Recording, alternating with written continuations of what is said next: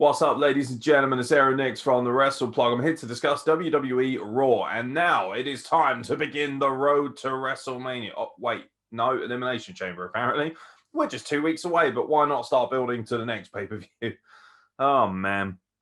So the Elimination Chamber was very much the focal point of this WWE Raw, in the sense of we're going to set up some feuds and some matches leading into that. Show opens with Shane McMahon. Don't give a shit. I've seen too much of Shane McMahon on my screen. I know that the last time I saw him was Raw Underground. That wasn't long ago enough for me. The guy bores me. He's over-enthusiastic. He's a bit of a man-child. I don't care. And also, I feel like Adam Pearce has done a really good job. So he doesn't need Shane McMahon to come out and help him out. Nonetheless, WWE Elimination Chamber match has been announced. Drew McIntyre defends his title against Randy Orton, AJ Styles, Sheamus, Jeff Hardy, and The Miz. Is this a terrible match? No. Is this a terrible lineup of characters? No. But I want to break it down very quickly. So you've got The Miz, Money in the Bank holder. Doesn't need to be in this match, especially as he's already got the Money in the Bank. Jeff Hardy. Ooh. No offense, Jeff Hardy has done nothing to correlate to being a title contender other than, oh, he's a bit of a legend. He might be a slight draw to some of the more hardcore smarks, so we'll chuck him in there. AJ Styles, again, already had a title shot and lost. Ultimately, it feels like it's a killer's row of failures. Randy Orton makes total sense in a lot of ways, but he's another guy who has already been brushed aside by Drew McIntyre on several occasions, albeit with a slight hiccup when he won the title at Hell in a Cell. Sheamus makes sense as well. Ultimately, this has got to be the first time where I feel like I'm not actually that psyched for an Elimination Chamber match. I'm sure the match itself will be great and I'll enjoy it on the night, and it's always easier when you're watching it with your mates, having a good time, having a few brewskis. Unfortunately for me, though, I feel like this has completely derailed Sheamus versus Drew McIntyre already. He only turned last week. I say turn. He's always been a heel. Come on. It's bad storytelling. But ultimately, I just feel like that would have had more gravitas and more meaning in a one-on-one match. And instead now it's like, I've got all these guys, chuck him in the Elimination Chamber. Again, The Miz, he's embroiled in this rivalry with Damian Priest, Bad Bunny. I don't mind the fact Bad Bunny's on the show. I think this is actually a good use of him. He's at ringside for Damian Priest versus Angel Garza, which is actually a fantastic match. And it's great to see Angel Garza getting some use. Unfortunately, he seems to have aligned himself with the Pillocks. That's a bit of a shame. But ultimately, that was a good match. Decent enough stuff. Good stuff to sit in the middle of the card. Getting back to the Elimination Chamber, though, I'm looking at this lineup and I'm thinking, I don't, from a storyline perspective, understand why half of these guys are in it. And this is Raw's biggest problem, a lack of consistency and a lack of good storytelling. You can definitely tell that they are putting all their eggs into the SmackDown basket. Because when you watch SmackDown, not only is it shorter, but it's more effective. They've got more capable wrestling talents, in my opinion, in terms of in-ring talents. You know, guys like Kevin Owens, Cesaro, Nakamura, Daniel Bryan.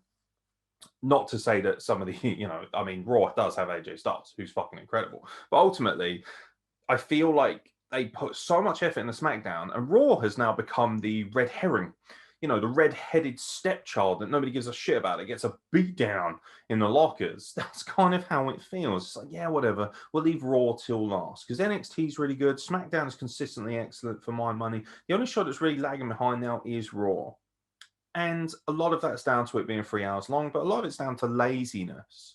Again, so much stuff on this show I've seen before. And even if it's good, the problem is we've seen enough of it. Retribution versus New Day. Please drop this angle. It is terrible. It's boring. It's not interesting in the slightest. The tag team champions, right? The Hurt Business, they've got nothing to do because you've got no tag teams lined up for them, especially after they dispatched Lucha House Party. So who's the other credible tag teams? Arguably the Faction, Retribution, who could cobble together a decent enough tag team, which they did tonight, and the New Day. And instead, they're just going after each other because Mustafa Ali has gone from being this kind of cool renegade breakout to this whiny little bitch. And this frustrates me as well, because he has got so much more potential than this. But all you're doing is just chucking him out there as some whiny little toolbox. He's like, oh, I'm sick and tired of people taking opportunities from me. And, oh, I don't get any opportunities. Dude, you're on TV every week and all you do is whine. And that's from one Middle Eastern brother to another. And I was really hoping that WWE was going to really push for more mixed race excellence on their program. And Mustafa Ali has not lived up to any of that potential. And now you're starting to see why he may not get the biggest push. Because ultimately, a lot of his promos sound very similar. He's not able to spin much gold out of this angle. I always feel like the best wrestlers aren't necessarily the ones who find themselves in top positions. They're the ones who have reasonably shoddy gimmicks. Fandango is a good example of that, and turn them into gold. He's not able to spin this into gold, and ultimately, he just feels like a mid-carder who's running a faction full of jobbers. New Day gets the win. Ultimately, nobody really cares, and I sure as hell don't. So it's a bit of a misnomer for me. The one thing that really stood out to me, actually, was Riddle versus Keith Lee. The idea being that the winner would most likely get a shot at Bobby Lashley's United States Championship, who, by the way, is another one of my favorite things about this show. And I always look forward to seeing the Hurt Business because I love MVP. I think that the tag team champions and Shelton Benjamin and Cedric Alexander do a reasonably good job considering that they were thrown together fairly last minute. And I think Bobby Lashley is genuinely WWE title contender worthy. And I'm very, very disappointed to see that Jeff Hardy is in the Elimination Chamber, but Bobby Lashley isn't. That being said, Bobby Lashley will have his own business to deal with at the Elimination Chamber because after a fantastic match between Riddle and Keith Lee comes out the winner. Bobby Lashley decides, do you know what? I'm going to assert my dominance once again. Comes down, beats the shit out of both guys. Holy cow, that massive slam on Keith Lee. Bobby Lashley is a specimen like no other. And I really feel like, I honestly, my mind boggles as to why Bobby Lashley doesn't get the big push. Is that because he's African-American? I don't know. Maybe the argument is that he's not as good a promo guy as some of the other guys, but he's got MVP in his corner. So he seems like the perfect guy to be a heavyweight champion, but for some reason, he never seems to reach past that peak. And I'm curious as to what you guys think to that. Do you think Bobby Lashley is a legitimately credible WWE champion in the making? Or do you disagree with me? Do you think that he is essentially good in his position as a mid-card champion? Nonetheless, he'll be defending his United States Championship against Keith Lee and Riddle at Elimination Chamber. And I expect that to be the match of the night, to be honest. We don't like Riddle for the most part. The majority of fans have turned against Riddle after everything that came out about him, the allegations, allegedly, cheating on his wife, etc., etc. You can look it up. It's not my position to talk about that on this podcast right now. That being said, he is having consistently the best wrestling matches on Raw. There's never been any question that his in-ring technicalities, his in-ring excellence is there for everybody to see. And obviously, Keith Lee is a future megastar. Both of them know each other very well. They've tagged together. They're friends. They've traveled together. They actually tagged together over here in the United Kingdom as well on some independent promotions. And ultimately, they just seem to have a real understanding and a good chemistry of each other. And that's what made this match so excellent. And I'm really, really excited about this. I feel like the United States Championship is getting the booking that the WWE Championship should be. I feel like Drew McIntyre is being made to look a bit stupid. He's backstage, he's angry. Oh, you get in my way, I'm going to knock you out, blah, blah, blah. But a lot of it feels very cheap, white meat, babyface material. There is no real fire there. He doesn't feel like a Roman Reigns. He doesn't feel like a John Cena. He doesn't feel like a Sting. Those are the guys that you would look at and say, right, these are kind of like your premium heavyweight baby faces. I know Roman Reigns is now a heel, but ultimately spent a lot of time being a face. And even though he was booed, I felt like he was doing an excellent job of being the head of the company. There's other guys, obviously, you can look at and say, this guy, for whatever reason. When a guy is given the WWE title and he's told to essentially be the head of the company, I don't think Drew McIntyre has done a bad job. I actually think he was excellent last year, but I'm now starting to see cracks appear, which in a way make me grateful that he's most likely going to lose this belt in the next couple of months, most likely at WrestleMania, because for me, it just doesn't feel like he's got much more to add as a WWE champion. It's almost like he's kind of hit a ceiling. And I think he's been excellent. And it's great to know that he'll always be able to say, I was the guy in the company, particularly in one of the toughest times in wrestling. But I've grown a little bit tired of his cumbersome promos. I'm a little bit tired of the Highlander shtick that's going on.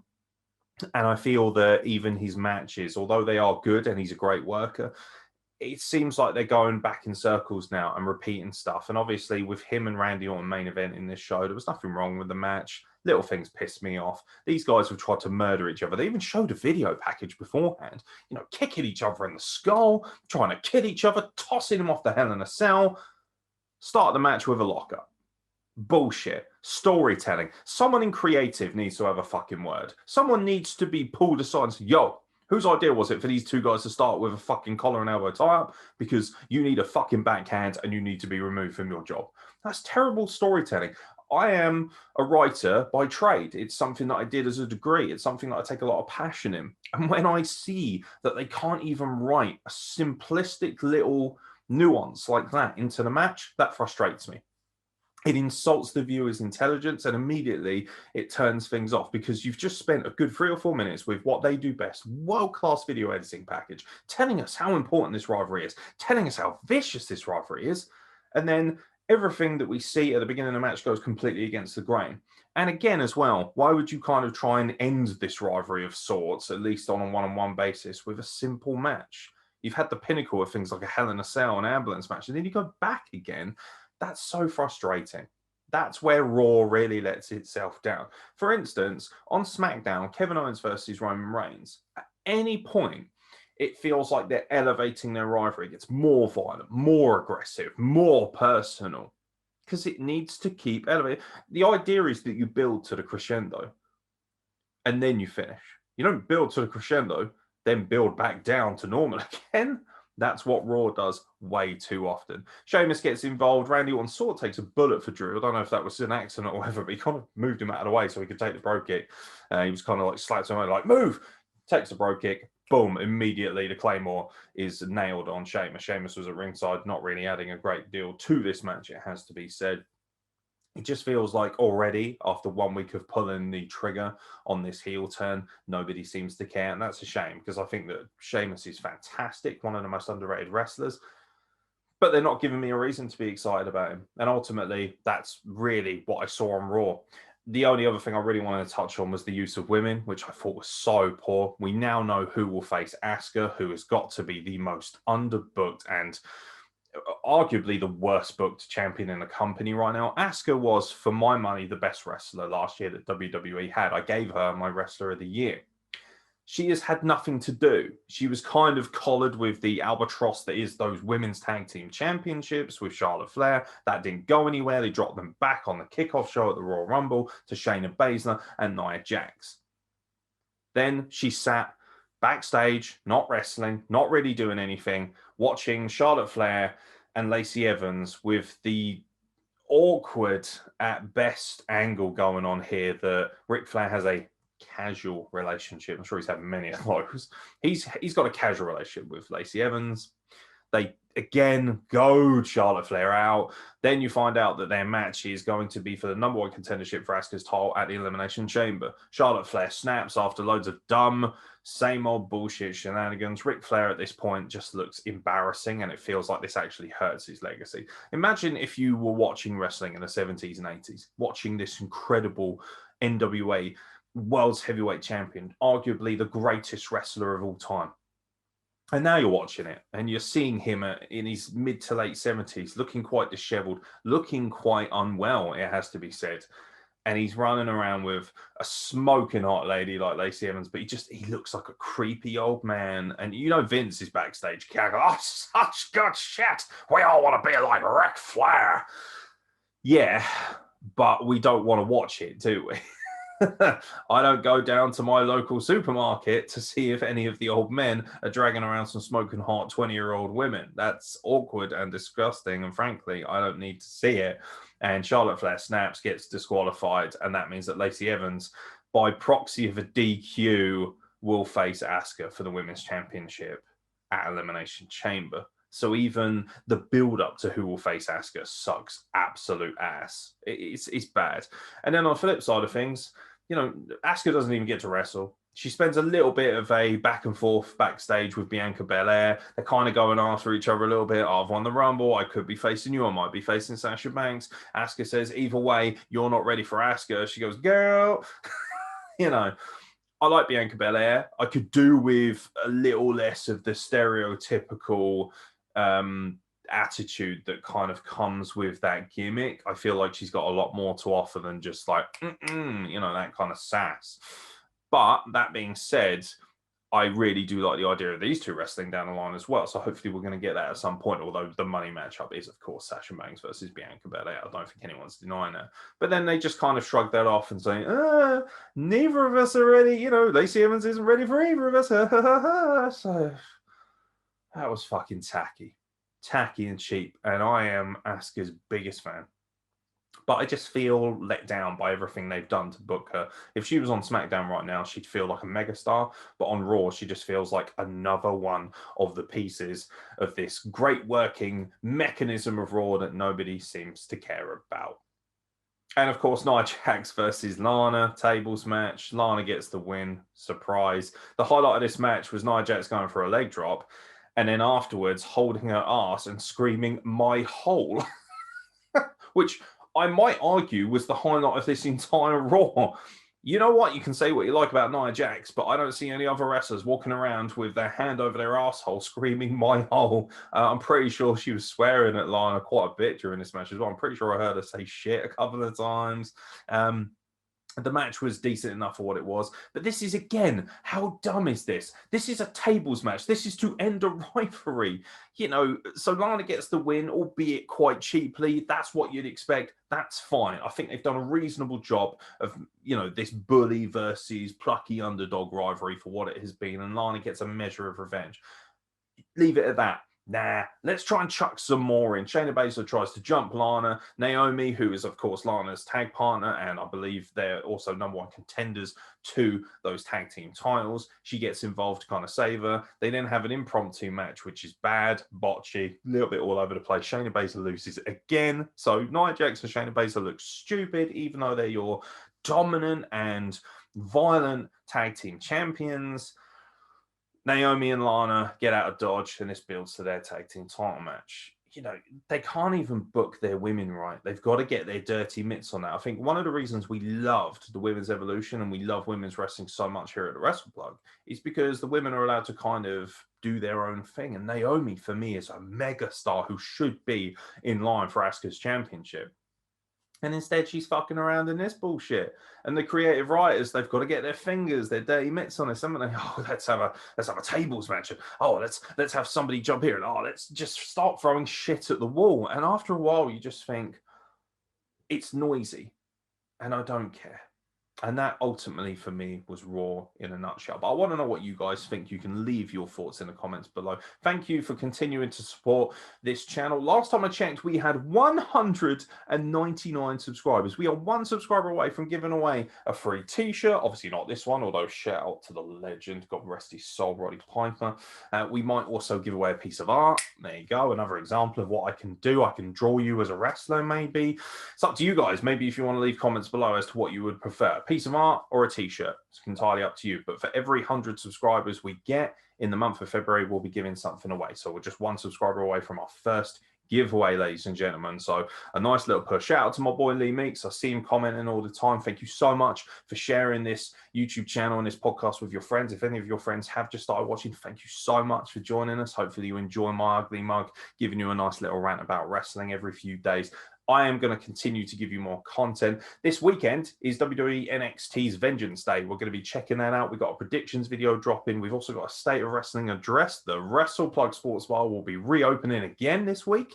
So make sure that the notifications for this channel are on because you don't want to miss out on any of our future videos. For myself, Aeron Nix, thank you very much for watching, and I'll catch you very soon for more content from the Wrestle Plug.